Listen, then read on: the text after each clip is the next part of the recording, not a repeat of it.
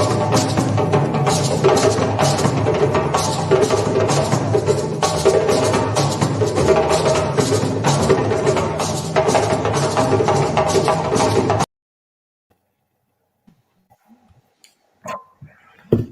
ladies and gentlemen, we'd like to say welcome again to another edition of the program, The Bottom Line. And the bottom line comes your way every Tuesday and Friday on Facebook and on YouTube. Our Facebook handle is The Bottom Line Liberia, and our group page is also Bottom Line Liberia. And so you are welcome to join us, and please share the video. Tonight, we're going to have very, very interesting topics to discuss. Our panelists will be coming on. We already have Paul Cholople from the UK, and Paul has been away for a while, and probably we just like to say welcome to Paul and tell us exactly where you've been, man. Our viewers been mixing you. Oh, well, good evening, Linford. Good evening. It's good to be back. I was in Liberia for almost 3 weeks. Yeah, I just got back. I got back on Monday, and I was home, happy to meet the old folks and friends, family. Yeah, I'm back to be here. Oh, and I really miss Liberia. The last time I was there was 2016. It's been some like almost 6 years now since I was there. So basically, being on the ground, what did you observe politically, you know, amidst all of these wranglings? What did you observe? Well, Liberia is a very interesting country, funny country, I may say. I Hmm. think mostly it's about the CPP and everybody taking everybody to court. For some reason, I think they're trying to hand this over to George Weah for his second term because that's what I see. The people who taking people to court, they just not mean well for Liberia, and everyone is talking about it over there. They just don't mean well for Liberia. So the political situation in Liberia is just a strange. It's very uncanny. I don't know how the way things are happening, but very strange situation on the ground. I never heard of this that a group of people in an organization and then it tend to chaos overnight and they want to present it to somebody else. So that's the thing people talking about the CPP, the court issue.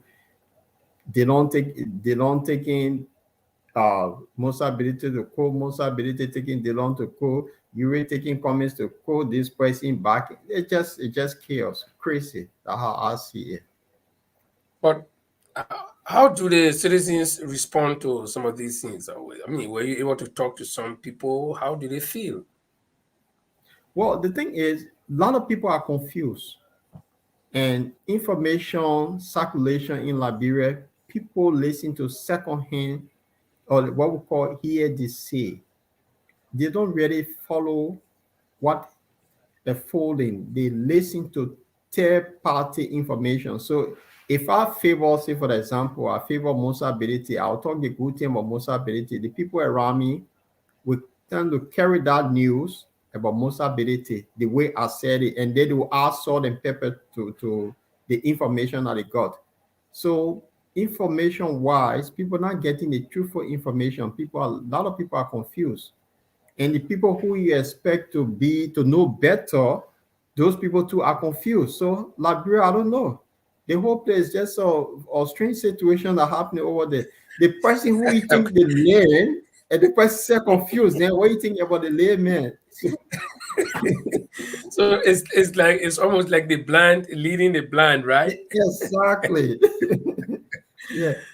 But Look, I spoke to this guy in the taxi, man. It was funny, And mhm, I go down, usually don't drive. I get on keke, like on pin, just to have to feel the situation on the ground and the way people mhm. talk. And this guy telling me, say, oh, I think Mr. Cummings just need to get a document and just show it one time so we can know everything be finished with. So, and this is a lame person seeing this. So I look at the guy for long. I say, well, but the man, there's no document for him to show. said, but he get a document. I said, but what document? The person who carrying the code doesn't have the document, and the mail who does not have the document should present this document. So it's funny. It's funny. Yeah, I mean, like you said, it's just a funny situation because you got somebody taking somebody to court on accusation that this person forged a document, and this person who took somebody to court does not have a photocopy of any other document to show that he can compare with and say, okay, this is the one I got, but the one the man got is different. Bring your own Yeah. before you ask for it. But you just tell the man, say, on suspicion that the man forged a document. But this is Liberia, and I don't know what can we do to change the situation is the biggest question everybody's asking. But we just to our listeners, I mean our viewers, if you joining us, you can follow us on Facebook, you can follow us on YouTube. Our handle is the bottom line, and you can also help us to share the video with your own group friends. And talking about Liberia, do you really feel the elections? I mean, let's forget about the CPP and whatever. But do you think the people are really ready for election? Liberians ready for elections? Well, they are. There's one Mhm. common thing in Liberia: the suffering. A lot of people are struggling. And if you speak to people, they'll tell you, say, come 2023, whatever way they're going to vote, they're going to vote. They are struggling. People are beggars. So the struggling is not, some people don't even have meal to go to bed, to be honest with you. And Mm. it's kind of about few people have money. And those people that have money, people worship them. That is the Liberia. People are struggling badly. So, and the suffering is just enormous. So people talk all the time, come 2023, we'll make the decision. Although people are confused, but a lot of independent. And the thing with Liberia, non people into political party, they're huge segment of people. They are independent, and those people keep saying come 2023. Some people have already made up their mind the direction they're going to go. That's what we're faced with. Yeah. And But I can share something with you. I uh, can share. I was privileged to be in a rural part of Liberia, and I went in a bush, mm-hmm, to meet mm-hmm, people who farmers. When I mean farmers in Liberia, not a rich European kind of farmer, people who carry their cutlasses, their machete to go brush, plant their little cassava, come home in the evening, have their little wherever, eat and sleep. Those people are not informed. And speaking to some of them, it could tell you that yes, that a lot of the information need to get out there. Most people don't have it. Yeah. but talking about people in the interior side, I don't know if you were in Liberia and you were to sort of embark on campaign activities, how do you think, or what could you recommend? How do you think people can reach the people in the hinterland? Well, the thing is, you it's easy. Say if you have, for example, say let's take a political party, right? That have a office in a particular location. Say let's say District 2 in probably Cape Mount. And that District 2 will have an office coordinator. And that office coordinator, they have 4 soldiers, right? Those Mhm. people can actually reach out to those people in those places. I see your guest is on. Yeah, I see him also. That's why I brought him on. Well, like we told our viewers earlier on that we're gonna have a guest. Mr. Saros L. Gray is our guest, and Saros is not strange to Liberian politics. In fact, Saros has worked in government at ministerial level. I mean, I can, but he will talk about himself.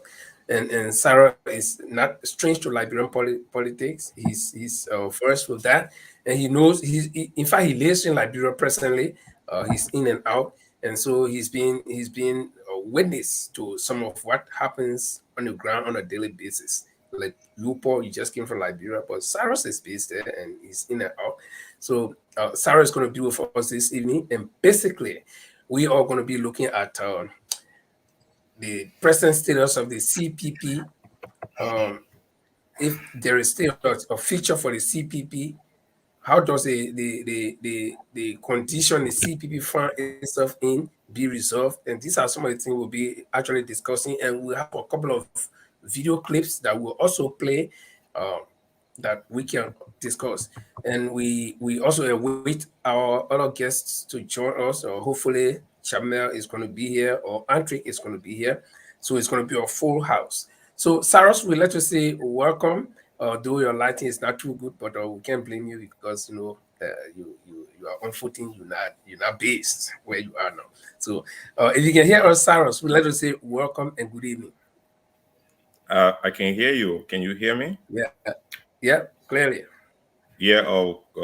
Good afternoon. I mean, where I am is just early afternoon, and I'm glad you asked me to join the show, and Mhm. I'll be glad to join in these important conversations. Thank you. Okay, I would And say probably yeah, good Paul. evening, Cyrus, from my I end, can and do. good I afternoon. you say I'm not. This place is not like that. You know this my living room far away from home, so I gotta figure the light out. Yeah. So That's what I said. I know you are not home. no, I won't. Yeah, Paul. I think Paul was trying to invite. Paul was trying to invite you to. This is my house also. Yeah, I'm here on a small vacation, but working in Texas. Okay. I left Liberia just on a week ago. Okay, good evening and good afternoon, Sarah. This is Paul Chilope from the UK. Nice meeting you. It's good to talk to you to have a conversation tonight. Thank Paul. Good to meet you too. Okay. I like to talk, so I'm looking forward to talking. I like info. All right. That's what I know. But just before this, Sarah starts to talk, the public want to know who is Cyrus Gray. Well, so maybe I should just do a quick synopsis, right? My name's Yeah. Cyrus Gray. I'm a Liberian. Um, I live in Liberia right now. By profession, I run two companies out of one roof. I run a project office and then a media marketing company called Africa Rising. Linford said it. I've worked in government before. I've worked in the private sector. I've worked in the development sector. In fact, my last day job was senior logistics advisor for USAID based in the US Embassy in Liberia. So I served that job for a little over 2 years until August last year. I'm also involved in politics, like all of us should, considering the condition of our country and where we've come from. I have a distinct attribute that I like to mention to people all the time. Now we're discussing Mr. Cummings and the politics. So in 2016, I was among a few dozen Liberians who were in the back room that set the pace for the Cummings candidacy today. So I know Alice Cummings very well. And I understand the politics in Liberia. I know Ambassador Barkart, at least generally. And I've been following everything that's been going on. So I look forward to us discussing it. I know it's not much about me. I mean, except to say that I I can speak to this matter also. And you are also a maritime personnel like me. That's Okay, important. so let me add a little more. So I'm by profession, I'm a maritime expert. I'm trained in port and shipping management. I've worked in the sector for at least the last 25 years around the world and also Liberia. I provided consultancy for the government of Liberia in 2019, no, 2009, 2010, in the process to privatize the port to APM terminus. I'm also an author on a book on Liberian history called A Negro Nation. So a really great book. So you have the chance, go buy it on Amazon. Good. It's not Okay. All like right. So, it's not like Philip, it's not like Ava book. now I know In fact, I need to do a chapter check of that book. Every chapter. Yes. So, gentlemen, I'll let you say welcome and let's get started. Paul, you just came from Liberia, although you've been trying to give us a synopsis of what you saw in Liberia. But you just Yeah, came from network. Liberia. Okay, let me just mute us a little bit. Sorry, somebody. Let's go ahead. Yeah, yeah. But you can mute yourself from your end, though. You just Yeah, click on your I should do microphone that. there and mute yourself. I'll Yeah. try not to be So disturbed. I'm trying to sit with this camera, so you guys bear with me. I don't do this often. yeah, but we see you clearly. We see you clearly, except for the lighting, but we see you very well. But Paul, there is a case against Mr. Cummings in the court. Of course, that case was filed by Mr. Benona Ure of the ALP, a former member, should I say, of the CPP. And the case has been dragging on for the past 1.5 months almost.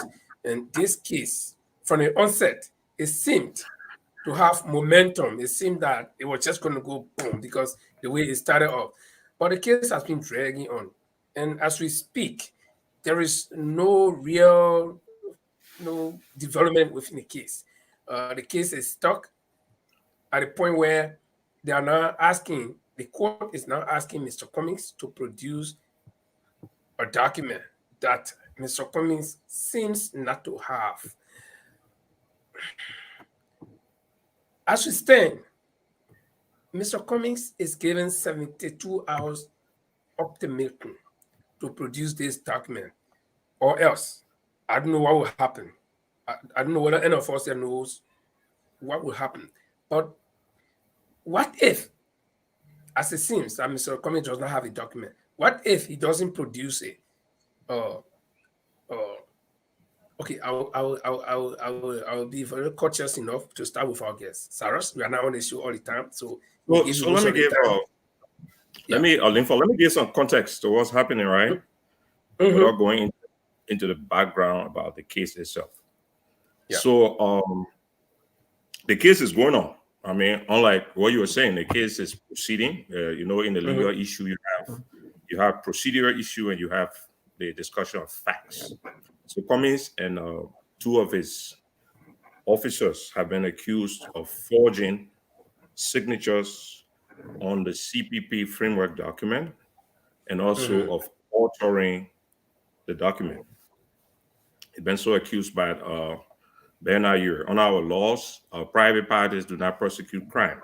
So apparently, Bernard Ure made his case to the Ministry of Justice.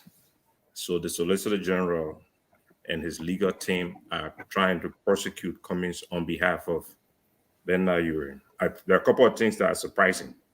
This case Mm-hmm. starts in the lowest court, in the city court. So it surprised you that the Solicitor General will be in the city court because the city court, the government lawyers that are there are the city solicitors. They deal with original cases. So that suggests the political nature in the first place, and we can go into that later on. But where is the case right now? So the case goes to court, and the prosecution asks the accused, Mr. Cummings, to provide the documents that they claim was forged and altered. This is unorthodox because on our laws, our jurisprudence, if you accuse somebody of a crime, the burden is on you. That's right. And it's explicit in our Constitution that an accused person cannot be made to provide evidence against himself. Yes.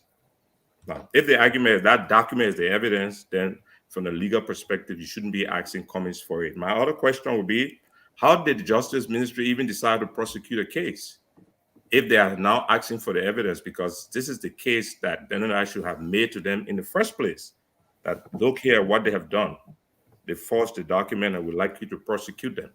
So to go into the court and begin to ask for evidence is strange. So here what's happening. The judge initially, in fact, the judge initially asks the accuser for discovery, meaning what evidence do you have? What are all the documents that you're going to use in your case so that we can pass it on to the defendant for him to prepare to defend himself? They came back and they said, no, they don't have it. But the one they accused to provide down the road, Judge Joma Jala accepts that motion and gives Cummings 72 hours to produce the document. Her argument is that it's not, you can call it evidence. It's just the general document that everybody signed. And Cummings was the chairman at the time. The Cummings group rejects that and they ask to go to the higher court.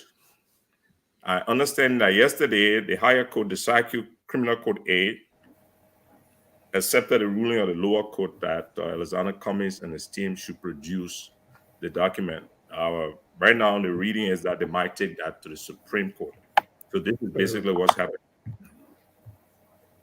But there is also something to ponder. What if, because the case came from the lower court to the Circuit Court A, and then that court accepted the ruling of the lower court. So what if it goes to the Supreme Court and the Supreme Court accepts the same ruling? What happens? So somebody may argue that, well, that will be quasi-justice, but on our law, there is nothing beyond the Supreme Court. So if the Supreme Court insists that the accused produces the document on whatever explanation, then that's what they will need to do. But let's discuss the document. What document are we talking about? That's right. My take first thing is that this is a dangerous thing we are going through because we are using the legal government institutions to pursue our political ends. And we've seen that before. Every time that happened, it led to conflict. That's why the Liberia War came about election business. Exactly. Every time you use the institution to push the cause of somebody else, at some point in time, it's going to backfire. So if the Supreme Court rules, which I would be surprised if they did, that Mr. Cummings and his team should produce the document, then they will have to produce the document. But this, in my mind, is not about document. This whole thing is not about document. This whole thing is just to drag Cummings in the mud and keep him busy because he has refused to be agreeable to their aspiration to become a vice presidential candidate to Ambassador Joseph Boakai. This is what it is about, because talk about the document. If they sign the document, all of them, if you sign the document, logic would say that you should have a copy of the document. They claim that they signed, they took the document to them and they signed the document and they were on Zoom. So any reasonable person signing any document will retain a copy. Also, how do you determine that somebody has forged a document? For you to determine that, you got to have a document that you are looking at. Okay. And then you got to have another document that is different for reference point. Exactly. Which document are you really asking for? I mean, that's the question that we all should ponder. But the reality is, this is not about document. This is to increase the likelihood that Cummings is not the candidate and that Joe Boakai is the candidate. Okay. And then the sad part about it, the government administration that they all have set up from the beginning to remove from power is the one who they have hired to preside over their own destruction. Over the case. Yeah. Okay. There is a video, or there are 3 clips here that I will play. One has to do with the signing of the document, from the 2 of them actually from the signing ceremonies of the document. And in the first video that I will play, Beno Yure clearly says that this document, this framework document, is subject to changes. So just before we go there, if indeed this document was subject to changes according to Yure, because he said it's not cast in stone. He said no way, nothing about this document is cast in stone, meaning that it can be changed. And he admitted to that in the video. I'll play it. And so, for argument's sake, what if Mr. Cummings actually changed something in this document, and knowing that the document was not cast in stone, should that be considered any crime? I mean, just before we go to that clip. Yeah, but Linford, the thing is, Mm-hmm. the political leader of a party does not carry all administrative work of the party to Mm-hmm. start with. And the CPP as a unit, they have secretarial from the four political parties that work on a document. It just happened that ANC at the time, when Bernard Ure passed, his party passed on, the fact when Mr. Cummings became the chairperson of CPP, there was no document given to him in the first place to start with. This document that they're talking about, it was a when it came out on a Benanayure stewardship.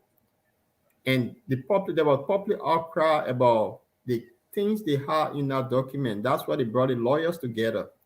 And when the lawyers did their homework on that document, they had a meeting at the Liberty Party headquarters. All of them aware of what was in that document. So being a political leader of a party, you have the SG, the Secretary General, and the other administrator that deal with administrative work. It's not a political leader. So what planet are we on that Mr. Cummings now Yep. went there But to that's force what I said Benedict for Uwase? argument's sake, because Yeah, for me, what you're explaining is logic, but what they got on the paper is what I would left for us to look at, because he said, depending on that you said, and I will play that clip now so that we can listen to it very carefully and hear what Mr. Yuri said. Document.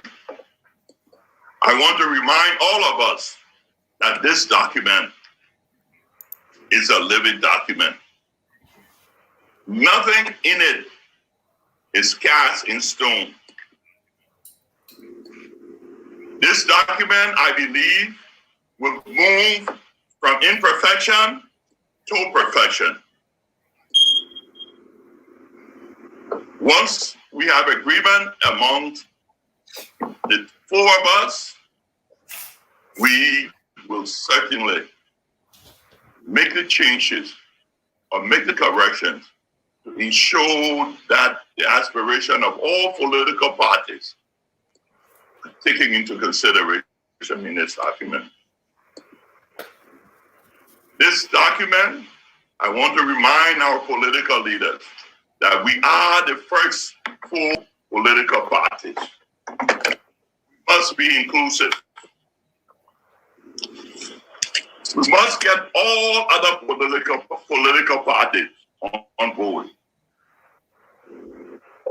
We must leave individual desires and political gains aside. And we must think about the good of our people. Okay, you heard Mr. Bernard Yuri there, and clearly he said that this document is not cast in stone. If they agree, they can change the document, and in fact, the document will move from imperfection to perfection. That means there will always be touches made on it. So, what if? I'm just being critical. What if indeed Mr. Cummings, under his leadership, because I believe they are holding him responsible because according to them, any change, if any change was made to the document, it was made under his administration. So what if he didn't change anything there? Why would it be a problem when the document is supposed to move from perfection to imperfection in the first place? but Linford, if Or from something were imperfection to changed, perfection? yeah. Huh? So if something were changed in a document, the person Mm, who took them to court should be the one to say this is what was changed in the document. This is the right. evidence what was changed in the document. You cannot carry somebody to court without any evidence. So I stole your shirt and you caught me with a shirt. This is the shirt that Paul stole from me. It's glaring that I stole the shirt. You called the shirt on, it was on me. That's your shirt. So I took you to court because you were caught. How do you carry somebody to court? You don't have evidence. If you took somebody to court, you said they forged your signature, then this is my signature here. And look at what the people did here. Show it to the public. So I would there's say, no yeah, Linford, that I think all of us, we waste a whole lot of time over yeah. this procedure thing. in the court. This document they're talking about, there are dozens of people involved in the construction of the framework document. It's not like secret. If you have a secretariat while Cummings was in charge, that secretariat was headed by Cummings guy, but all the other parties, secretary generals, were also part of that secretariat. So whatever framework document there is, they all knew about it. This is not the issue. This procedural stuff will last forever, because what that does, it takes away the focus on how do we determine who is the head of the ticket, if in fact the CPP will hold together. Because if the issue were about that document, that should be settled right now. It should be in the court. They should come out and say, look, guess what? This is what we agreed to, and this is what was submitted at the National Elections Commission. So, for example, you have a document that was submitted at the National Elections Commission. Why is the court not subpoenaing the National Elections Commission to provide that document so they can look at it and say, in fact, is this the document or not? So all that tells you is that you just made a point, Cyrus. I made a post some time ago. I said no other copy of the document matters more than the one at the National Elections Commission. A lot of people are saying no, you are not right, and the reason is simple.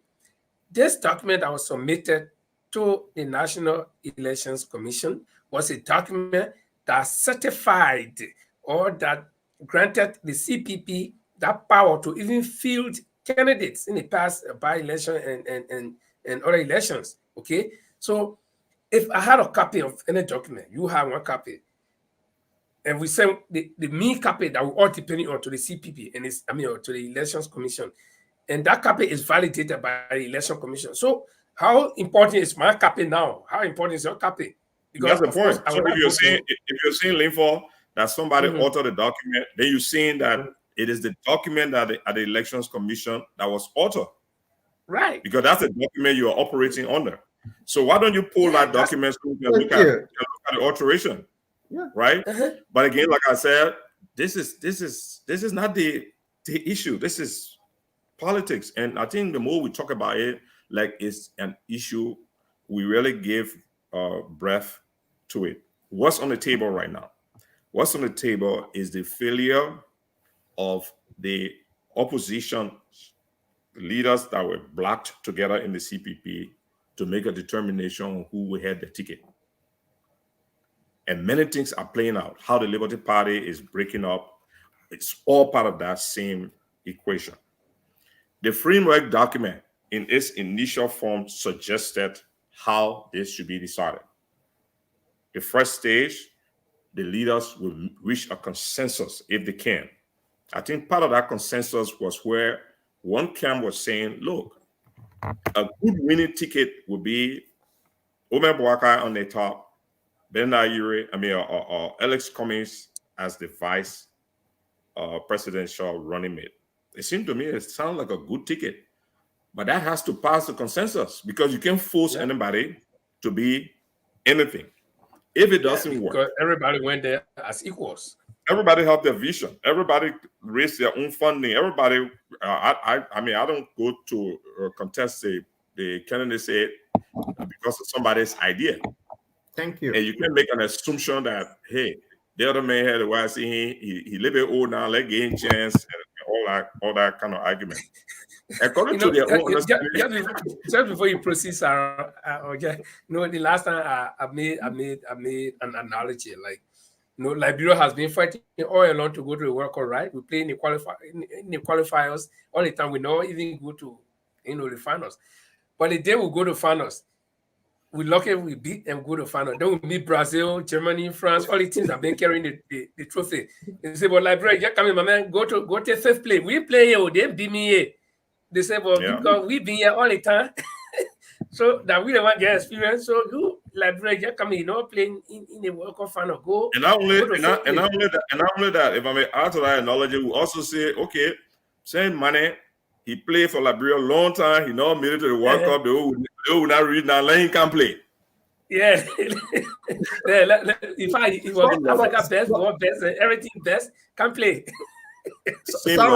In This the is end, a funny situation we have. in the end, they decided at the last resort they will have a convention where they will have a primaries. They agree on that, Mhm. and they divided the number of people who attend the primaries. Each party will have 310 persons. I am thinking that the logic was that in the end, we go over there and we vote to see who has the strength. Yeah. Why are we not trying to get there? But Sarah, I can answer that. The most popular person within a CPP afraid to go, the one who have the number, afraid to go to the end. Why is that?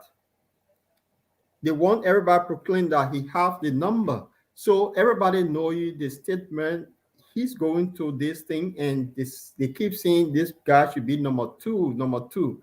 But he's afraid to go to the finishing line. So the So guy got an argument. The guy got what an does argument. that tell you? Some Now, of the guys said when we Mhm. go there, they will bribe the people. They will bribe our people to vote to vote for Mr. Cummings. How but low can you So carry the trust of your people. party? exactly. So another thing is the consensus. If our this guy they claim to be the most wise person in Liberia don't have wise people. If our in here case, Cummings is my little brother, I would say, Peking, come here. You know what? I just want B-ball. You're gonna run the show.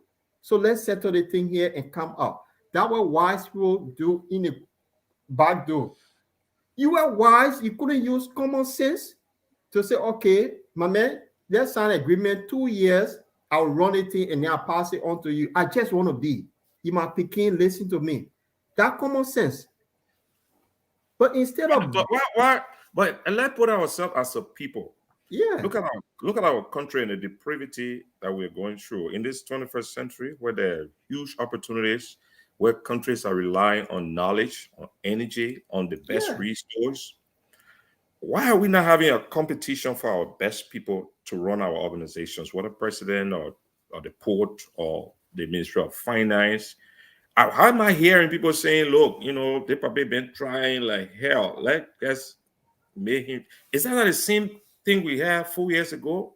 And somebody said, oh, my man, they be our man. They say the man, he know nothing. The man, they say, no, but our man, the man, I struggle for the country. Let's try him. Yeah, the man, I'm yeah. struggling. You In know, fact, you the know, man Is you lifted know, that the same Nigeria up. thing? Sarah, the reason why I said this in the UK here, Golden Brown and Tony Blair had an agreement between the two of them that we're running this way. You got the ideas because this thing was education, education, education. Golden Brown was the brain behind this education, education, education. So they had an agreement. I will run this for a few years and then I pass it over to you. And that's what it did. So the same thing could apply in this. Look, Mr. Cummings, you have the vision, but I just want to taste the thing. I've been there. Let me be on top, but you were running from behind. 2 years time, I'm gone. You can have that closed door negotiation. Anything it will be finished. But instead of having a closed door negotiation, you backstabbing this person who you've been friendly for 40 years. And that's the kind of so I mean, this guy is not he's not that knowledgeable person that people claim that he is, the wise person, because that's what he could have done easily. My picking can here, look, you will run a team, but I just won't be on the top for a few years. I'm out. But why? I Simple. mean, why is this a cosmetics? Why don't we submit to the process? I don't know. Exactly. The other thing is, and no disrespect to our ambassador Barkite, right? We are seeing the model that they put together in the CPP disintegrating right in our face. There's nothing to suggest to me that it is even catching his concern. Now, if we can manage small stuff like this, really, I don't care so much about the politics about the individual. An election is important, but it's governing that is even more important. If we milk up this whole election process and we make compromises that create an animal that can now run the country, what good has that done for us? What good has that done for us? Well, there are more questions than answers as we sit now. Chairman, I would like to say welcome. Of course, Jamel is one of the panelists here, and Sarah Gray is our guest panelist tonight. And Sarah is no stranger to Liberian politics, and so. Mr. Kamara, good afternoon. Jamel, you are muted. You are muted.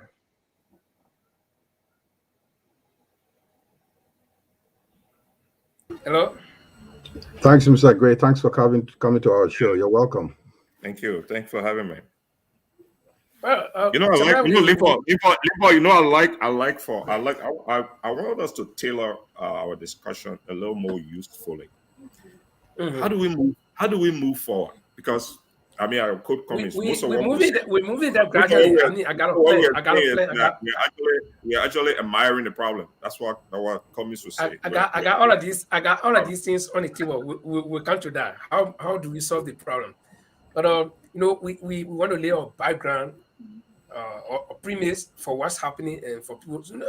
Sarah, one of the problems we have is misinformation. A lot of people do not have the correct information. All they do is listen to me in the street, or maybe in a keke, and they run with it and go tell the next person will run with it. So some of them do not really know. But like I said, I have a series of videos that we'll play. We'll go to the solution of the problem, recommendations, and whatever. But I got another video that I will play, and where Mr. Bernard Ure actually prophesy this thing, that Liberian politics is not something small. Mr. Cummings will get attacked even by Bernard himself. So I don't know in what context he was saying it, but it was during the turnover ceremony and the signing ceremony of the framework agreement that he made that statement. He said last night he called Mr. Cummings and he told him that Liberian politics is not anything small. You got to put on elephant skin because you will be attacked, you'll be abused, and it might even come from Bernard Ure. So let's play that part. It's like I said before, it's like I say, Cyrus, my man, I'll break your teeth. Then all of a sudden, true joke, all of a sudden, while we're playing, you slip before your teeth breaks. Oh, but the so let's hear Mr. Ure. I had a discussion with Mr. Cummings, and I did mention to him in the Liberian way that now, Mr. Cummings, you will have to put on elephant skin. Because politics in Liberia is a difficult thing. They will abuse you, they will attack you. It might even come from me. But keep that elephant skin strong and let it go. And keep our goal ahead of you. And know that you have a goal that you must accomplish. And here is today Mr. Ure taking Mr. Cummings, attacking Mr. Cummings and taking him to court. So how do you guys look at that? I mean, so let me ask a question. Why is Mr. Ure even on this table?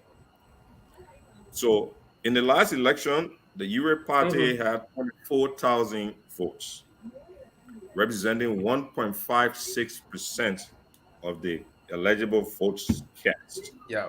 Under the new election law, so quote me, it's chapter 5A1.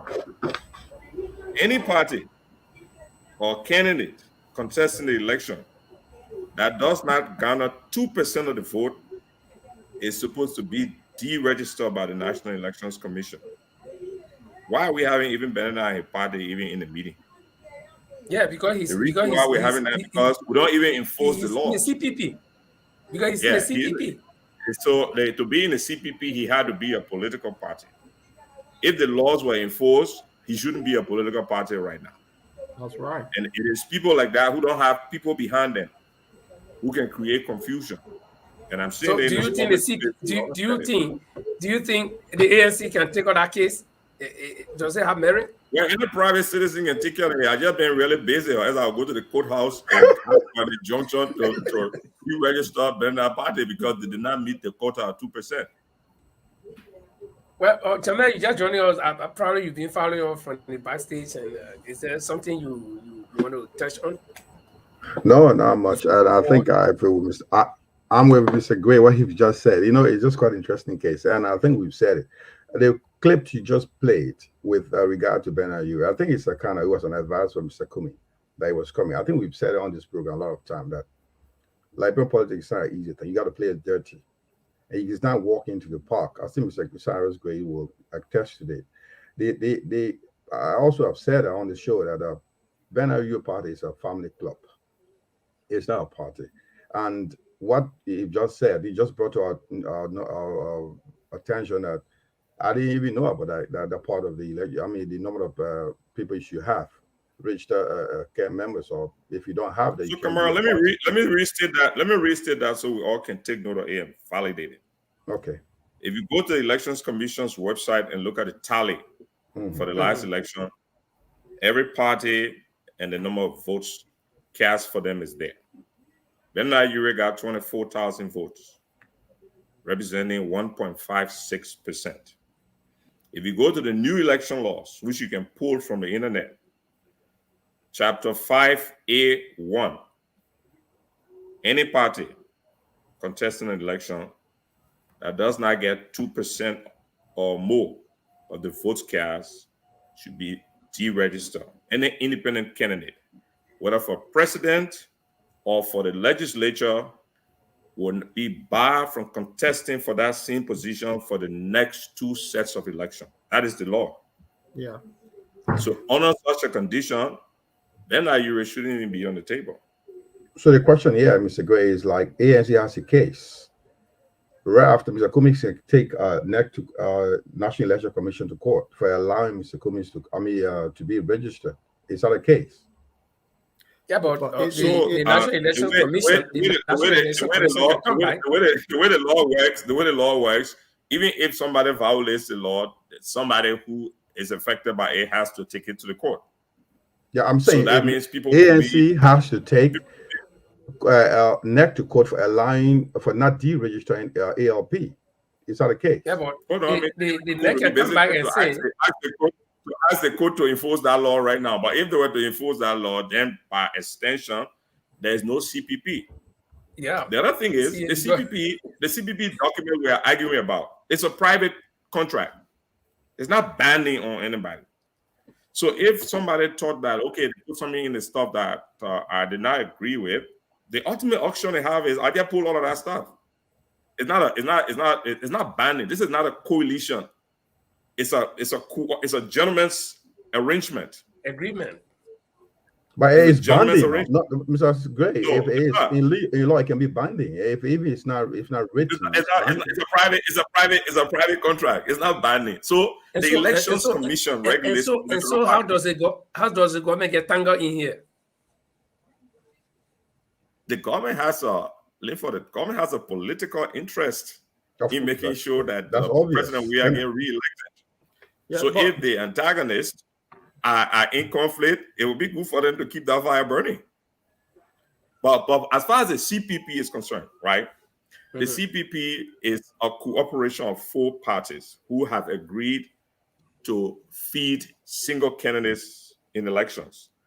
It is not a political party, unlike an alliance or a coalition. So if you form a coalition of political parties, then in the eyes of the Election Commission, you are one political body. So nobody can leave from there to go run again as the old party. This is not the case with the CPP. That's why there have been accusations that the communist people are canvassing members of the other parties. Yeah, as distasteful as it may sound, it's not illegal because they are still individual political parties. But Sarah, somewhere in the CPP document, I think it also talks about the ethics clause. That though it's not a coalition, it's a collaboration. But I think within their own framework, they also mentioned that none of them can leave from there to go and run as a party. If you leave from there, you're going to run. You can run on your party ticket, but you run as individual. Because automatically, how do you enforce that, Linford? Only the Elections Commission can enforce it if we're banning. That's a gentleman arrangement. That's why. So, for example, yeah, but that's why they took a document to Elections Commission. So if you leave from there. Yeah, they took it to the Election Commission. They took it to the Election Commission as a matter of information. This is what we're doing. Yeah. But if they wanted to make it binding, then they would enter into an agreement to form a coalition. And there are guidelines on the election laws, how you form a coalition. When you do that, then you are recognized as a party in the sight of the Elections Commission, just like the CDC, the NPP, and former Speaker Tyler's party are a coalition. So if, for example, you contest in that coalition for a chance to run and you don't get it, you can't come by and say, I will run as MPP man. Because the coalition is perceived in the eyes of the Elections Commission as one legal party. This is not the case with the CPP. It's a gentleman arrangement. So they may write in that gentleman arrangement, exit clause and this, that, but how do you enforce it? It's not a legal element. It's still a private. That's why people, Tai Wombe, for example, want to run in Nima. CPP have primaries and they say Edith won the primaries. He's not happy. All he does is say, okay, I'm not a member of ANC anymore, and he goes to run. In the coalition, it will be less likely to happen. That's a very good example.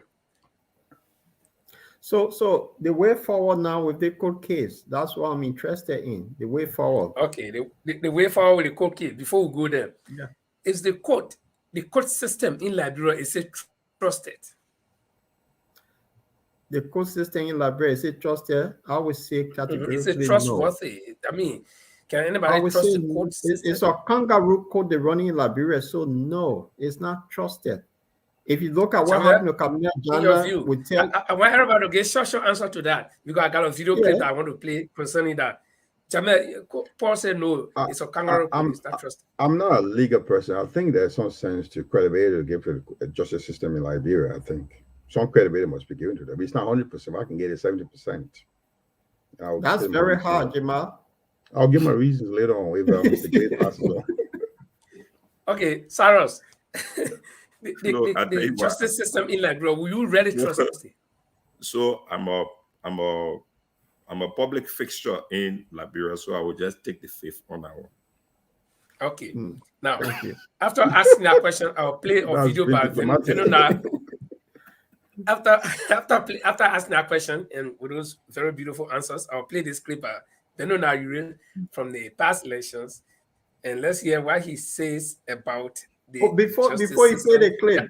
Before you play the clip, the man who told Cummings to code does not trust the code system. So play your clip here when you want to see it. Wait, let me play my clip, man.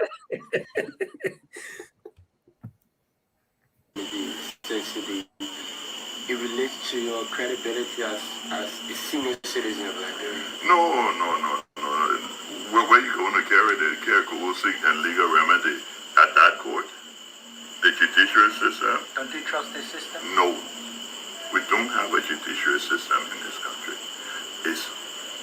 In fact, it's one of the problems we have in this country, the judiciary system. You know, from the Chief Justice of the Supreme Court on down, they lack credibility. And it was clearly seen at the elections.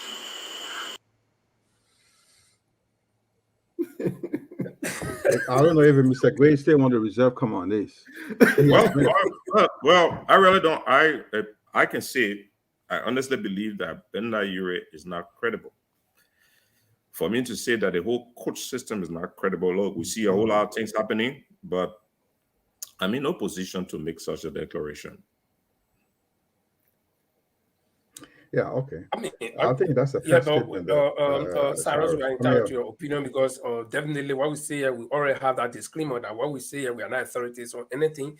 It's our view, it's our opinion. We cannot change anything.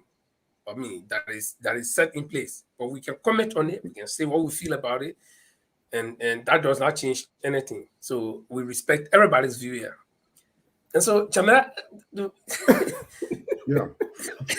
This is a man who does not trust the court system or the justice system, but he runs to the sin system. Yeah, this is very clear, Linford.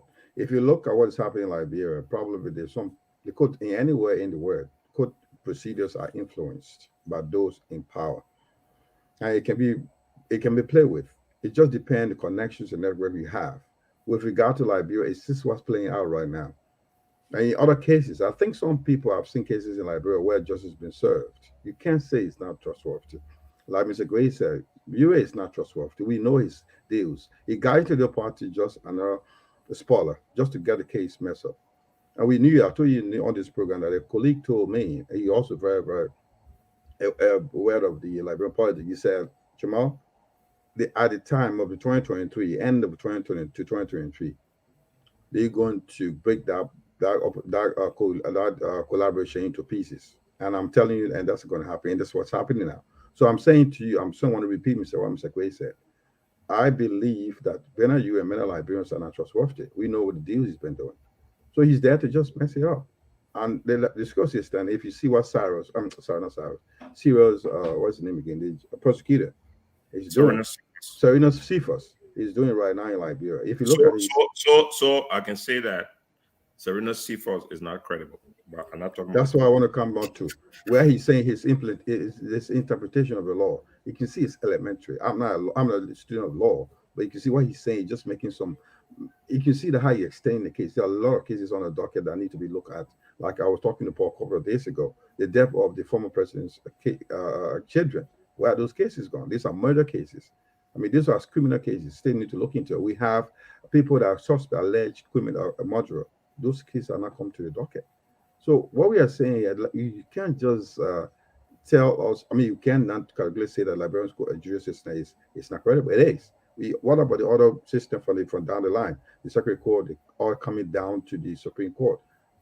We have people like Justice Janet was on the Supreme Court bench. We know what cases he was going through. We know how they got him out there. It's just because the Liberian party is so bad, we play it dirty because if you seem to be got a voice of dissent, you have issue, and that's what's happening. So that's why I said the system is 70% from my understanding as a layman. It's about 70% credible, depending if it's not them being influenced. If you let it play out the way it is, it's going to be 100%. I mean, Jamal, at least you trust your system, man. I had experience with that system, so I say it's a kangaroo code, man. I'm telling you, I had experience with it. So, and from my own experience, I gave it non-quant, honestly, because my experience in Liberia, it had to do with motor car. Somebody took I bought a car from the US. The guy took it to Liberia, sold my car, and this guy was contesting to be representative for District 9. And I know what came out of that thing. I end up giving the code money instead of code looking after my interest. So it's a kangaroo code they run it over there, man. And I tell you something, if you take somebody today to the police station, by the time you get it, before you leave, the police officer say you must clear the desk. Yep, Only in Liberia, you hear these sort of stories, yeah. You must clear the desk. So you done justice to your country. Justice, the 70% is a pass, man. Big pass.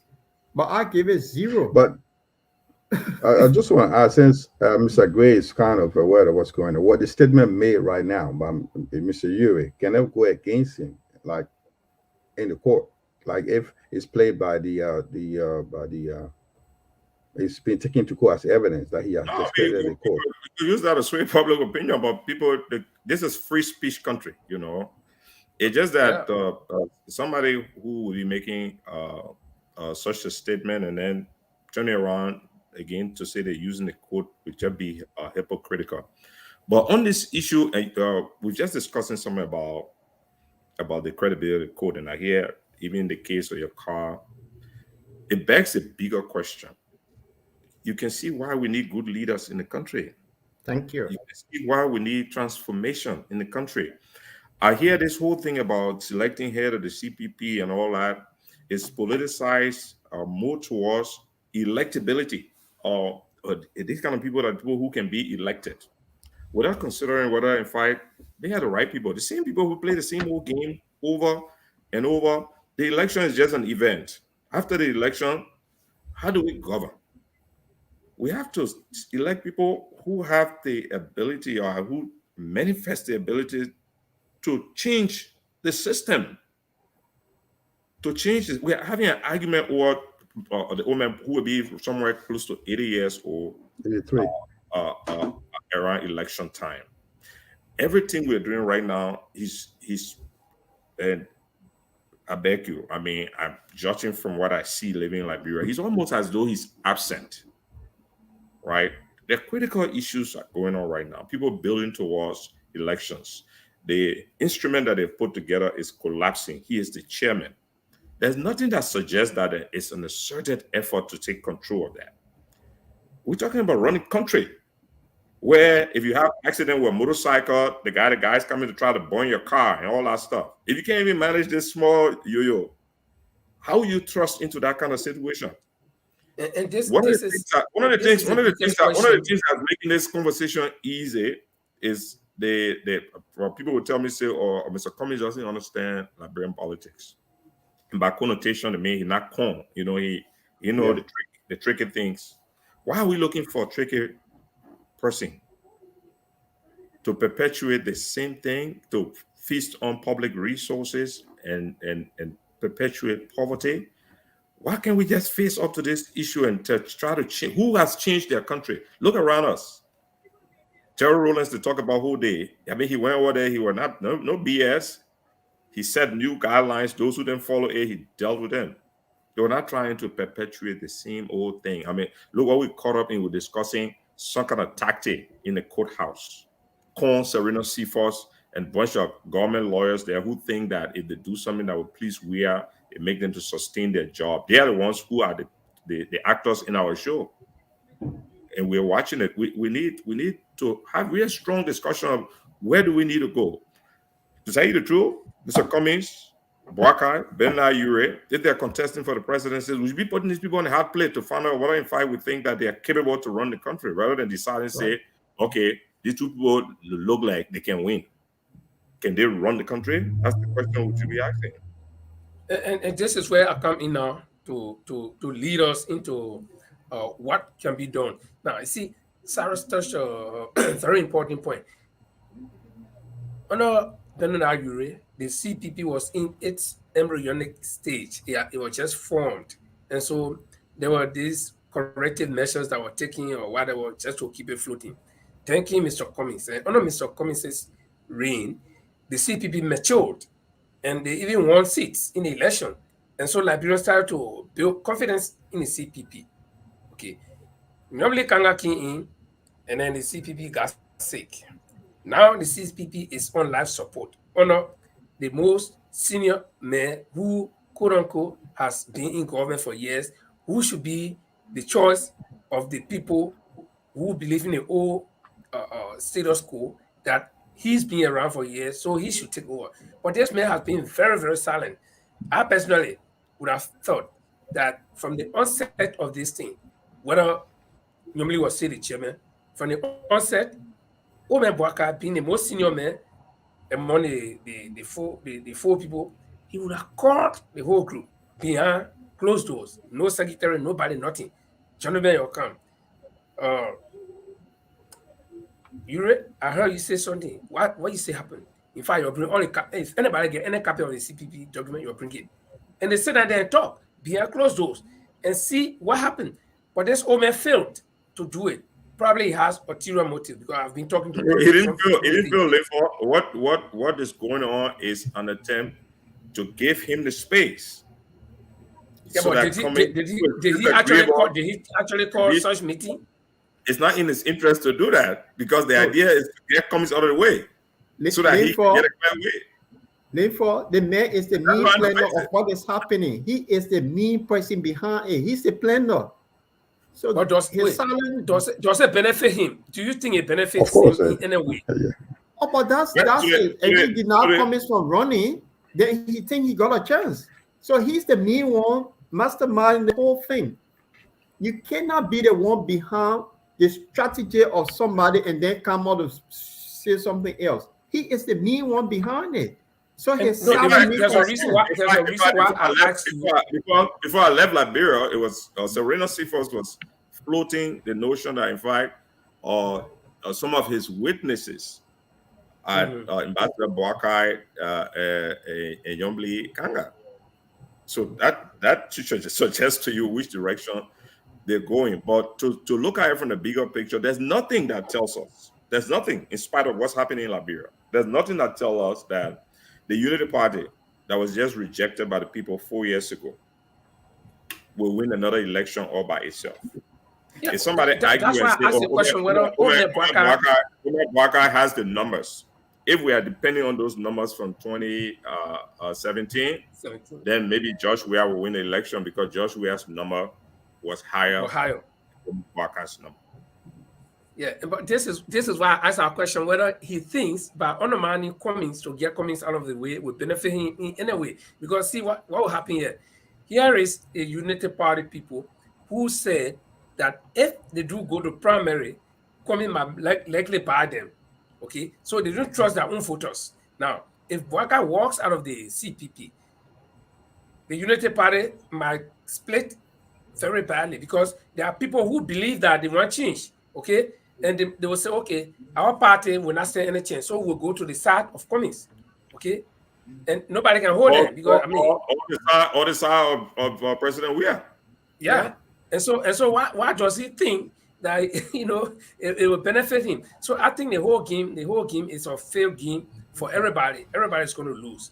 So asking the critical question, where do we go from here? For me, I've been looking through the tunnel. I don't see any light at the end because I think what need to happen here, because I was just in Monrovia a few days ago. A lot of people are misinformed from some of the actors. So I think one of the way forward here, people does not understand the whole thing about this CPP coming together in a framework document. I think if Mr. Cummings can take his time to explain to the general public how this came about and the process that they were going to go through to the end for people to understand and be bold enough that Omer Boyka, Benina Yure, Yomni Delon, these are the people who don't want change in the country, so they take him into court. And So I think, yeah, Cummings cannot do. Cummings, I know, will not do that because that would be like he's stabbing himself in the yeah, back. no, but I just gave you my opinion on this. This is what I would do. Yeah, if I were him, I would take that radical approach. Because the but fact is, Sarah is looking at it another way too. So let's I hear know. what Sarah has to say. So this is how I see it, and I think that's what it's going to end up to. In the end, individuals run to be president, not groups. The experiment they tried to put together in the CPP was to increase the likelihood that they will win the election against Josh Weah. It seemed that they're destroying each other in the process instead of advancing a common cause. So I would suggest that they can stop the bleeding right now. Let everybody run. It is not likely that one candidate in the first round of the election will win 50% plus one, which is required on our laws. For you to win the election automatically, you have to win 50% of the vote cast plus one more vote. No candidate in Liberia right now, including George Maybe we are. Weah This would is an not win. improvement. Weah would not win 50% plus one, especially if all of them contest. So let's allow the people to decide, because at the end of the first round, the top two candidates now on our law go to a runoff. If the candidate that is paired with Weah is Joe Boakai, then he has a free hand to decide how he can pull support from those people who he tried to work with before to go to the runoff. If that candidate is Alex Cummings, he can do likewise, but he will be doing it with all the incumbency that now forces this arrangement to fail. One of the reasons why this thing is failing is not because of Vice President Boakai. Let's be realistic. It's because of the people around him, some of the old guys from the Unity Party who see their future in Vice President Boakai's presidency. Because Vice President, I got a question for you. You stated that they should all run to ease down things. So why is it, if they're all going to run, why is it they keep carrying one man to court to stop him from running if they have the numbers? they're not carrying the court to stop him from running. Because that's how it look like. They're trying to prevent him from being the candidate for the CPP. If there's no CPP, then there's no point. But right? they say they're putting out of the CPP. Are you the court case they're pushing? They are pushing it as a Benda Yure is pushing it as a private party. He's claiming that his signature was forged by another citizen. So they are pursuing a criminal charge against that citizen. It's not like there's a dispute in the CPP, in the legal sense of the word, that they're trying to fix. No. You understand me? As a But the yes, yeah. process, but what they're doing is it has its underpinning what they're doing in the CPP anyway. So I'm saying to you, look, if they keep on this process, they will hurt each other so much that there may not be room to trust each other anyway. So why not let everybody go ahead, let the party run in the first round? So, And the party do you run. have do you have another view? Do you think something can be fixed here? Yeah, I think there's a way out. First and foremost, Mr. Kumi has been saying that there's a chance that CVP can hold, and he believes in it. Uh, all the time being in contact, Mr. Kumi, he's a guy who believes in something. And I think that he's saying the way out. But what he does not know, the like what is coming out, like this guy warning previously that are going to be something against him. But let me just go straight to the point with regard to the holding of the CPP.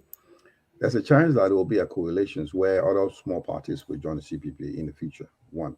Second, you know that he has no chance. So what he's there, he may be there as an agent for the government, while the old Mr. Ambassador Barker sits there to say, well, look, the next poly, I'll take the chance as I'll run as a CPP candidate, which Cummings is not allowing to happen. So therefore, they may pull out, or they pull out. They can't run alone because, like Mr. Gray said, you can't win 50 plus 1. So what's going to happen at the end of the day, CPP may be left to with Liberty Party, ANC, and other small parties that will be brought on board, because we heard about a party called Grand Coalition. They may be brought on board. So the chance that CPP may hold only if Liberty Party pull out together with ALP. That's why it's happening. And Mr. JMP and then the Ambassador Barker sit there saying, look, I don't have the money. I'm popular. I have the experience. I have 80% of Liberal support. That's thinking, though. Yeah, I'll get the support of the people. If they put the little ball out of the way, or Mr. Cummings out of the way, I'll get a chance to win. While George, on the other hand, is pushing. I can't believe they're just kind of projecting here. Mr. Ure to go on, keep pushing those guys. Just put the guy, engage the guy, distract him. So at the end of the day, see people hold honor Cummings, but other small parties joining. That's my way out. And other parties, the ALP and everybody, Unity Party will go run on the separate ticket as independent parties. That's how I see. But Linford this asked a question earlier. If the case went to the Supreme Court, and the Supreme Court also come up with the same Booker charges that the lower court have come up with, what become of Mr. Condon? Will he contest, or what happened? No, it is in the purview of the court to decide. Two things can happen from our own analysis. One, look at the penalty of look at the gravity of the case, as within the context of the law, and levy the appropriate punishment on Mr. Cummings if it is going to jail. I don't know for how many months or years or whatever he will, or fine him, either of which would be unjustifiable anyway. But that's the only verdict, because like Sarah said earlier, Wait a minute now. Wait a minute. Because your assertion is you are trying to spill out the possibility that Cummings now is being found guilty of something. We are not nearly there. No, it's not possible. No. I'm only responding to Paul's question, because, like you said earlier on, Sarah. So if the Supreme Court says, okay, we uphold the ruling of the lower court that was upheld by the criminal court case, that Mr. Cummings produced the framework document, then my guess is that there's nowhere else to go. So they will go and get their copy of the framework document and produce it. No, but what if they said that does not end the case? Because they are insisting now, if that was to happen, Sarah, the instance that you are citing, if it were to happen, then it should have happened now. But if they go to the upper court and they say we don't have any document except the one that Cummings supposedly have, and Cummings cannot produce the one, so then what happened? And the court there is a framework document. It's just that under the law, it's not the responsibility of the accused to provide such an evidence. Yeah. And under the law, the remedies go from the courts up till it reaches the Supreme Court. If on this procedural issue, the Supreme Court rules that, which will be unorthodox, because I mean they're setting a precedent now that will become law of the land. That when you accuse somebody of something, they That still person should provide be the one to evidence. give me evidence. If they were to do that, and I'm not saying they can't do that because we've seen things happening in the judicial system in these late days that make you not to make too much assumptions. If they were to do that, then the Cummings team will go and give copy of the framework document that they have, because now they're being compelled to do it, even though under the law they should not be doing it. And that now will go back for the case to actually begin to determine if a document was altered or somebody's signature was forged. But I come back to my original statement. That is not the intent of Ben Nayure and the rest of that crew to verify that document was forged or altered. They are trying to drag this process in the court first to tint Mr. Cummings, give the impression that this guy is a con guy too. And also to get him focused on something other than focusing on trying to get the candidacy of the CPP. My thing And is, so the likelihood is very highly that they will go to the Supreme Court and say, we do not have the document. Let Mr. Cummings bring it. So when Mr. Cummings brings it now, and you know, we're talking about timeline here, right? The last time the thing happened, it happened abruptly. Within a few hours, we saw Serena Sifos talking like he's ready to go adjudicate a case just right away, and we're going over a month. So if we go beyond this point and go to the Supreme Court, we're talking about timeline. 20 will be around July, August, September, October, 2022. And what time does Mr. Cummings have to probably the Supreme Court might also come down with some other ruling that, okay, Mr. Cummings, since this case is still lingering, you cannot move freely in the country, you cannot go and campaign or do something. There's no precedent for that. We'll be going way beyond the limit now. And when you stretch the last day too tight, it might end up you reach the last limit, and so that brings me to what I was saying earlier. You say I've been radical here. These guys want to drag this man into mud and today he's a con like us. So instead of going that far, he said, no, I'm not a con. This guy are the con. I'm the clean guy here. Instead of saying, they're dragging him every day. And the thing about it, we have a low information society in Liberia, but the ordinary person knows the difference. They know that Alexander Cummings is not like those people.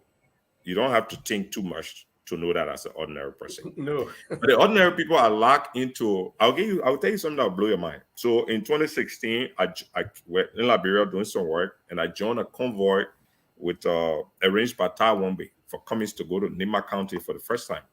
So I'm in one of the cars in the back, and we are going from town to town. We stop in the town in Bon County, and I climb on the hill with my camera to take the picture of Cummings and the people. And two ladies just materialized from behind me, and they're looking. They say, "But what a man! What a man!" You know, Cummings is small. You know, yeah. The man. What? And the other lady said, "That the man that would put around the woman." The other woman said, "The man, I think so. He ain't even got be belly, sir." You know, and it blew my mind. But the reality is, people have a conception because of our history of who's supposed to be the leader. And sadly, sometimes they think that the con people, that the people who should be the leader. Yeah, the man who made that big hustle. And you can say that I messed with the government money. They say, I leave big house for wait. Yeah. So it brings me to something that a quote, but I don't know who actually said this, but I remember reading this in somewhere, that if you have been kept down for long with your face down all your life, even if they switch you around and they say this is up, you say no, that's down. You don't know the difference between up and down. So our people have been pinned to that ground. And I was talking to a friend, and this guy was talking something. So I tried and said, no, listen. He said, what we'll do now, the people that what they want us to do. So at least election coming, we are waiting so they can bring something for all. I said, you see, this is where they want you to be. You will always be down there so that when they come at this time, you say, oh yes, they are saving us. They are not saving you. You see, because if they empower you, if they make you know you're right, that you are entitled to this thing, they will not eating anyway, and no need to talk, because we black people who kind of women country, we live like the women the same way. See, if the white men were keeping us down and press us down, we'll be like that. They say, okay, you got to sleep. They break, do we even come outside? So we'll always be waiting for that man who can open the window small. We see daylight. We say, hey, Ali, man, I'll say, oh, not knowing that it is all right also to see the daylight. So that's what they do to the people. I mean, we can hope for a change, but there are certain phenomena that are real in Liberia, a lot of Africa, but in Liberia to a large extent. People look for their immediate needs. So even Yeah. in election cycle, they look for somebody who can take care of me now. So you think about, so why they're giving the people rice and they're giving them money and why they wouldn't vote for them. I think that we're being a little unrealistic because people have been kept in such a condition, the law, that at least during the election, at least I'll get it one because when they meant it, or we ain't even know, we, we ain't even know what I'm not happened. saying no. So let me even Uh, go now. Things are changing. We can hope that things are changing. That's why we would need good candidates. We need good candidates not only for the presidency but Yeah, but you across see, the Saros, that different the areas. situation that we just discussed, that's what got the people mad, twisted on the other side because you keep them in that stage and you make them to know that they can only enjoy during that time, election time. Then after election, everything finished. I have a story for you. There is this story about the devil and a guy who was a big guy here on earth. And when he died, he went to hell. In fact, right at the junction of hell and heaven, he stood there and he met an angel. And God had just been to hell that day, and God gave executive clemency said, all the people hell down to the devil that everything will be, good, everything will be okay. So when the guy died, he got to the junction. Then the angel asked him, man, where you want to go? You want to go heaven or hell? He said, but where is hell? Then the angel pointed to the place where the people were having jolly, jolly, everything was all right. Then the man peeped through the window, he saw somebody mad at my man, pussy and enjoy. Then he looked to heaven where all the people were looking quiet. He said, let me go see that place. He went there, man, and said, oh, man, just come in and say, yo. So you were happy you were there. Then in the evening, he decided to go to the angel again. Then the angel said, but you want to see the other side? He said, yeah. So he went to heaven. People here there worshiping, everything cool, and the city clean, everything cool. Then he said, but he slept. Then the next day he said, well, angel, please, can you let me go to see my man again? When the man went the next day, hell not changed. The dog get long tail, horn now grow, all the men and were eating the garbage. He said, oh, but he said, but John, yesterday, or to different places, yeah, but I think to your, yesterday, God say, now no time to enjoy, or today, no more enjoyment. So that is the same kind of situation. So it means that after election, there will be days to come. So if you open your belly for election only and get small thing and vote for somebody that cannot improve your future after election, what happens? They will break. So the situation here is that our people have been kept in that condition for long. So even if Mr. Cummings is talking about long-term dream, that look, you don't have to wait for election for you to eat. You don't have to wait for election for you to get small thing in your pocket to pay your rent. We want to improve the system in such a way that every month, in fact, every day when you wake up as a man, your children going to school. But they will not understand it because they have been kept that way, where politicians will come to them at the final day of elections to give them what they want. So I don't know. I don't know how can we get out of this because the poor minds are locked into that. And Sarah, you seem to support it. You're saying that saying that people know that they can't get it from the way for that. No, it shouldn't be that way. No, but here what I'm saying. So we got to be practical, right? The country is Mm-hmm, evolving. The country is evolving and is evolving very slowly because the social spectrum of any country is informed by different things: the education system, mm-hmm, the economy, the poverty level, or the opportunities for growth, and all that. Our country is still really poor. They are not.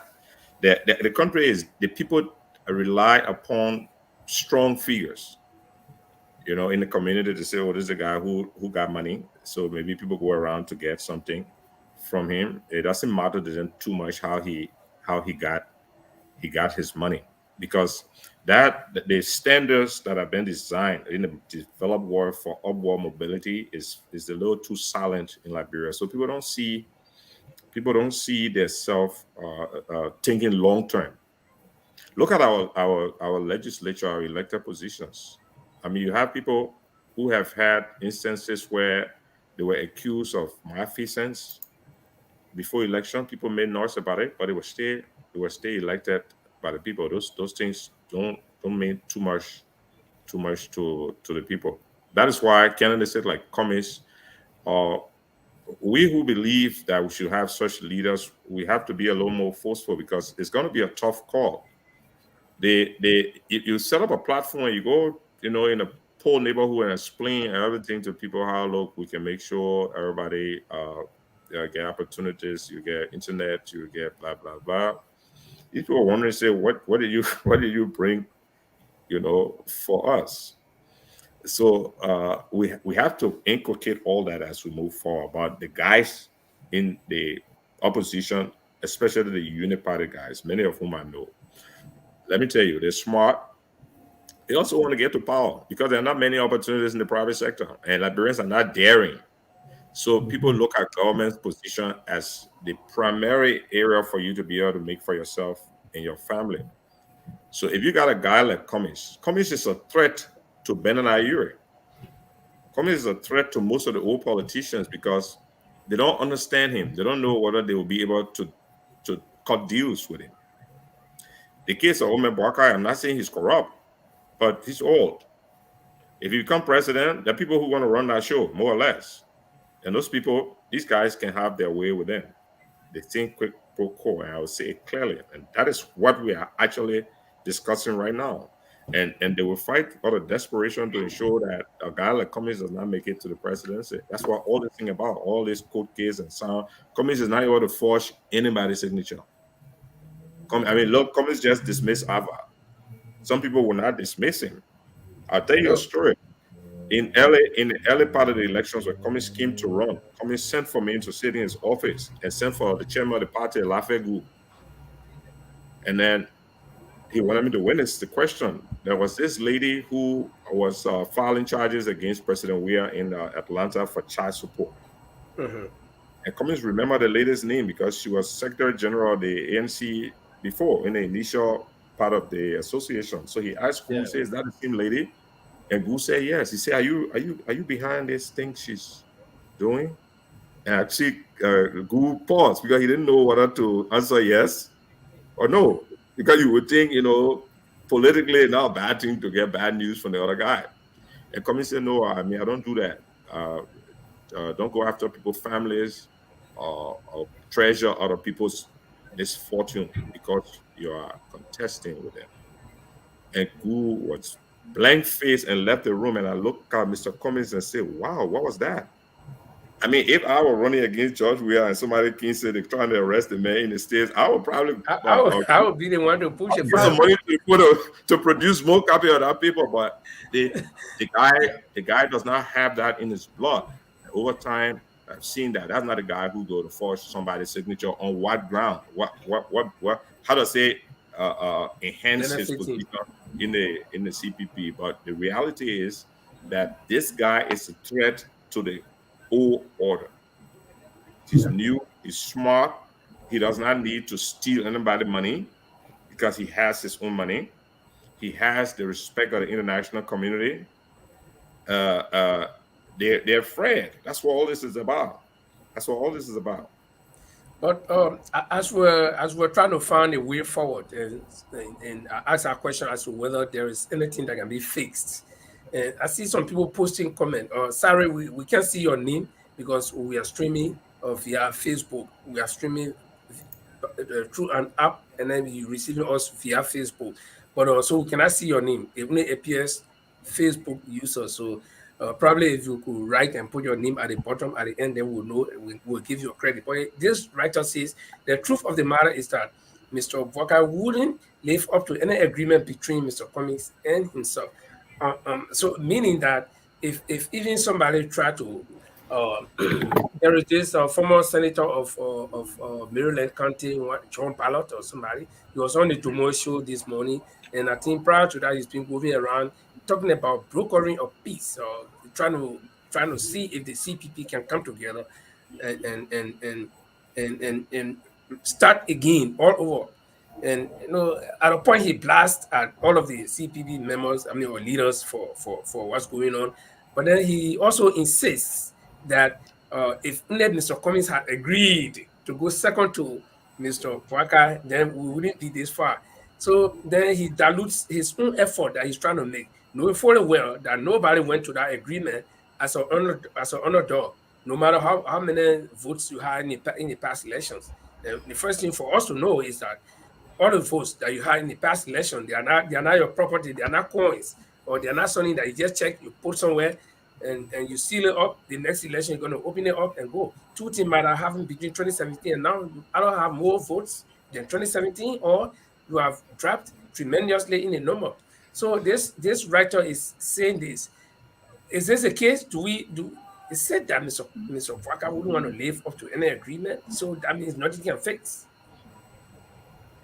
It will be interesting to hear what Mr. Barker even feels about everything that's happening because Yeah, because he doesn't talk, so people can come up with different theories, conspiracy theories. Somebody is saying that he wouldn't live up to, but then another one of them wrote here. They said uh, Mr. Waka is benefiting from what's going on with the mindset that getting rid of Mr. Cummings will hand him the presidency. So the same thing we've been discussing. So for me, I don't know. I don't know how will Yeah, Mr. Vaga yeah, believe that get rid of Cummings and then I'm yeah. having a Joy or Joshua when Joshua clearly whipped him in the past election. I think Mr. Gray clearly stated this is what's happening. Right, he's sitting there, he's benefiting one way or another, thinking like he's going to win hands down, and he's not going to get 50 plus one. So this is it. He sit there with the illusion that he has the majority. He's the most experienced person candidate so far. That's the way he's thinking, and that's which is automatically wrong. He's not going to get the support. And I want to just say something before you continue with it. Like, I was just asking the issue of why is it our people keep turning to be like beggars to politicians? It's because I think one thing we should be thinking about in the long run is putting up a very good opposition. Like, go to legislature, raise a budget for the opposition party. If you come up with terms and conditions or guideline, support opposition parties that won't be like run by individuals. So we see there'll be some kind of transparency where they'll be accountable to the people. The government should put a budget out for the opposition party, support them to a level, then they can come up, and then they will come out clear. Instead, because what we are saying here, we all will benefit. People go that carry a vote to someone because it's going to benefit personally. That's why we most of all being so away by politicians. I only think I won't criticize Mr. Gray because he gets to power, you give me something to do because my life will be dependent on him. So whatever, if he's doing wrong, I won't go against him. So my argument here, in the long run, what library need to do, the state should come over with an idea of an opposition party should be have some budget within the national budget so they can able to not to live on the pocket of the opposition part. I mean the politicians. So if the opposition party got the support of the citizen from the taxpayer money, then they are accountable to the citizen. Well, I don't know how that will work in Liberia on a yeah, because the first Gemma, thing is Gemma, the first thing is Gemma, the government wants to have an edge over the opposition. does it Uh, give But you money for you to move me from there? yeah, no, but Gemma, the thing is, if the citizen put for the legislature come up with the idea, I mean, position, if you got a lot of opposition parties into legislature, they can come with the idea and put it across the joint sections or across put a bill up that we my want brother, an opposition. the Gemma, same that will be opposition after legislatures. 2023, maybe Okay, 2029, great. when people like you But coming in on board. Mr. Gray, how do you see it? I mean, I it's an think I argument that think we got to put through. I think it's a great idea. It's ideal, but the environment is not It's, just it's, it's not But feasible. we have to introduce it, isn't it? We have they're to not. introduce. Think about it. The opposition parties are not even uh, independent. They Right. the even some of the ruling parties still rely on strongman figures. The political parties are not developed to the extent around an ideology and means of raising their own fundings. Everything is tied to government resources. People win the election as an opposition or independent candidate, and once they get into the legislature, they sway towards the government. Maybe just one concession deal.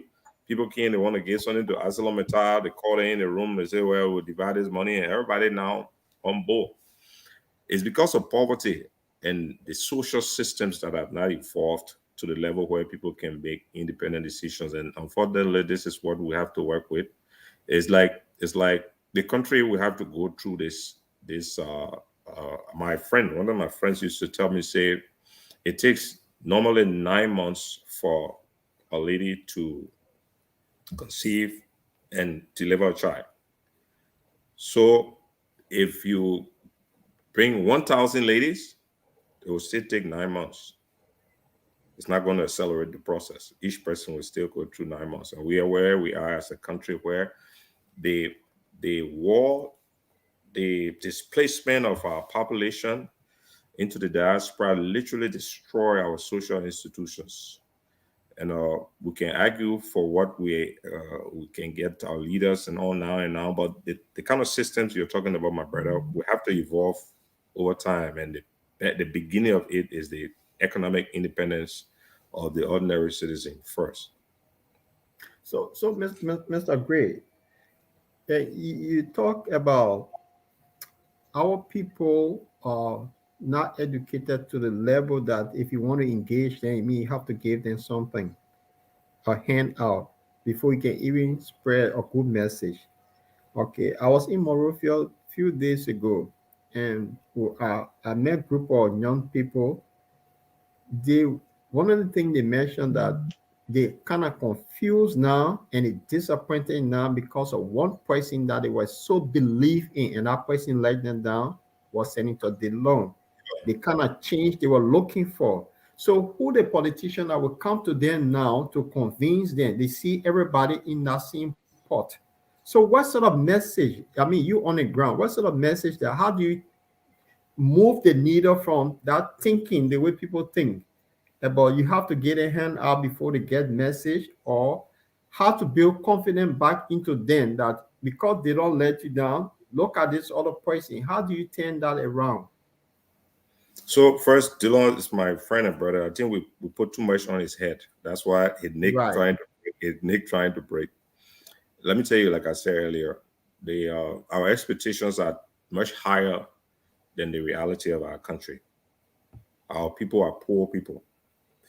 Look, those same boys you talk to, if you had $1,000 and sat them down and said, look, guess what? I want you to form a think tank to support this candidate and put that money at the disposal. They will print t-shirts and they'll be all in the street for you all day because you've satisfied the basic things that are needed. I throw a question. Why do the Nima County people vote for Prince Johnson? That's a whole different scenario. So if you go to Ganta, you see a lot of independent guys. There are millionaires in Ganta. But if you put Prince Johnson on the ballot, most of them vote for him. That's a whole different phenomenon that has to do again with the independence of the mind.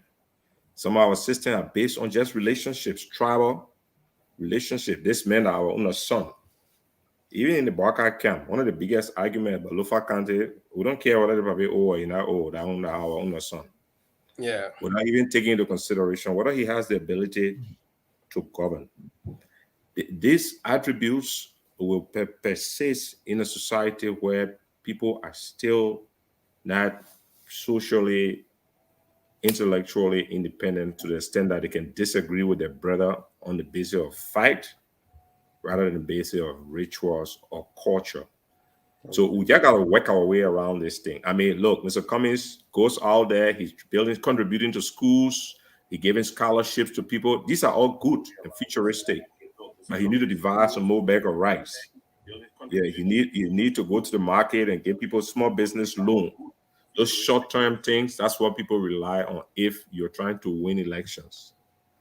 And when people are Well, independent financially, they will be in a better position to make independent decisions. judgments. Yeah, our time has run out actually, but quickly in few words, um, can we suggest the way forward? Just in few words, what individually, what do we think? Is there still a future for the CPP, or if not, what should be done?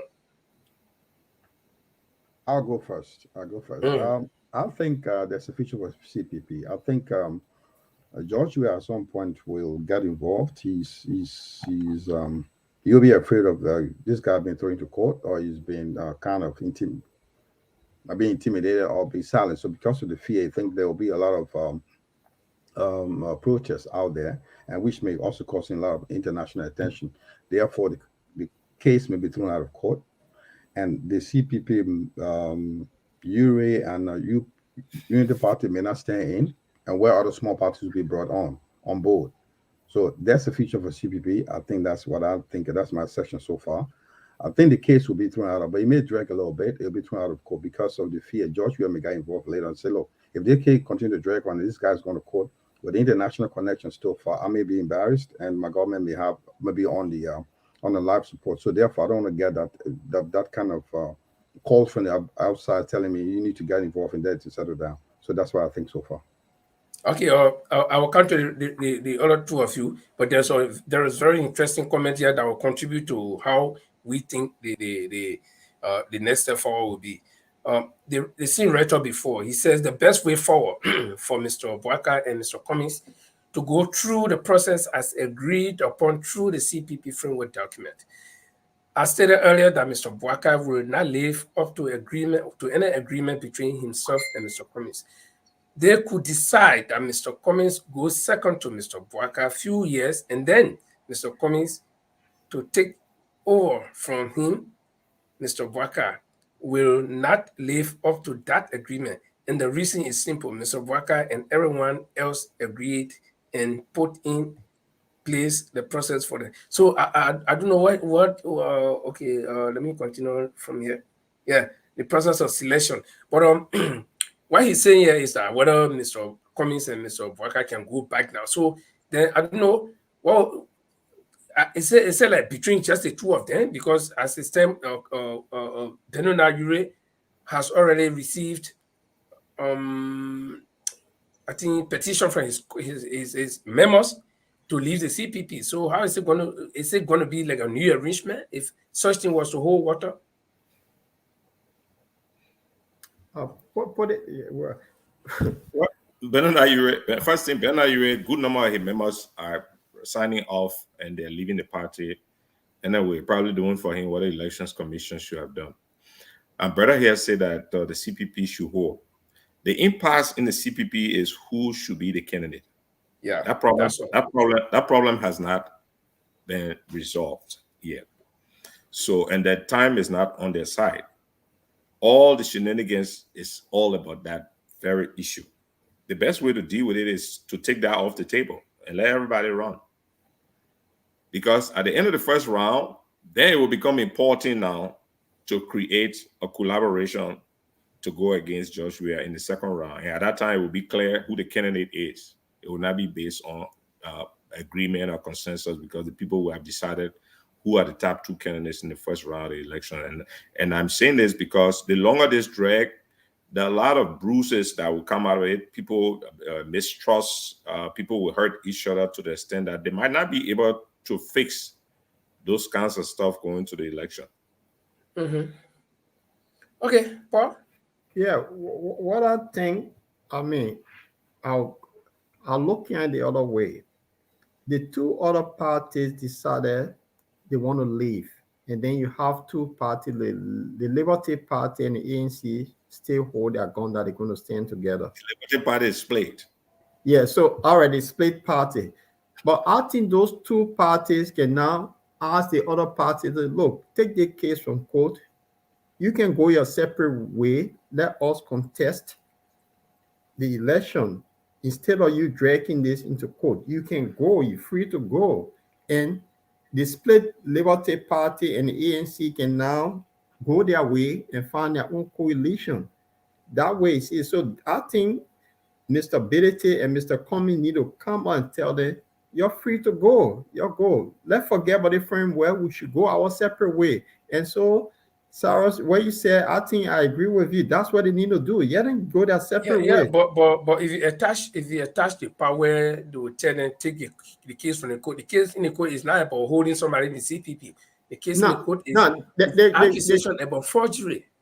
Yeah, but you know, it's all tactics, right? There's nothing there. So we know but that will have to be solved. You know, separately. No, it'll be solved. The court will handle it. And they're going to Supreme Court, the court will handle it. But while the court handling that issue, yeah, the guys go their separate way. So now, of course, they've already received, according to what we heard from their chief spokesman, Henry Costa, they've already rating and they will be leaving. What about gentlemen? Let them leave. That's what I'm saying. They should leave. if you want to leave, that's leave. what we're looking at. Like I've always said, between now and 2023, it's going to be a lot of things in the political arena. People will be giving My man. calope, as we see. Yeah. Like, Look at it this way. Election costs money. And some of these parties, I know friends of mine in a unity party, a very good friend of mine in a unity party. And I've seen some of them now. I think coming March, there will be a convention, and probably the old man will be kicked out of that chairmanship that he have in the party. So I think they should just leave and everybody go on their own. So the man with the bigger money, the strain who's setting his message will prevail in the end. Okay, So well, all these guys say you'll leave. Your wishes are your wishes, your opinions are yours, and what will that's my opinion, because for me, I think ANC, Mr. Cummings, is too good, very calm person, and if I were him, the thing will drag on. Honestly, I don't want to ask you why. I don't want to ask you why you. That's my opinion. Don't ask me because let's keep it for another time. Well, we don't want to hold our guests so long. We've been here 2 hours now. Saros, it was great to have you. I know you're suffering from jet lag. I mean, my history that will be careful. No, I've been here for a week. I mean, that's okay. You out of the jet lag. Well, it was good to have you, and we hope that this platform is for everybody, especially ANC people. I mean, let me make it clear. Here we talk to different people from different parties, but here mainly we talk about Mr. Cummings. So most of the people, that's why you see that we may not gather a lot of people, because some people we're not going to hear what we talk. But I mean that's a fact. So we hope to have you back again. Anytime you're ready, just let us know. We'll bring you back. Or anytime. Let me know. Yeah, we have a burning issue on the table. We'll call you, and then you can come and let's discuss the issue. Jamel, of course, I don't need to tell you thank you. You should be pushing the fire under the park. And Paul, you just come in. You've been on break, so you need to pump a well, and let's get the show moving. Friday, we're going to be back here, our viewers, and please make this place your home. You find us on Facebook, The Bottom Line. You can also find us on YouTube, and in fact, we are going simultaneously on YouTube and Facebook as we speak. And so you can still view the show if you got in while we're in the show already. You can view us on Facebook, and then you can go to YouTube. It's always open. Thanks, guys, and we hope that Saros, nice meeting you. It's good to see you, and hope I run into you when I'm in Morovia. Let's change our country. Yeah, that's right. And just before we go, there's a message from Mr. Cummings that we'd like to play because a lot of people do not even know what Mr. Cummings' platform is.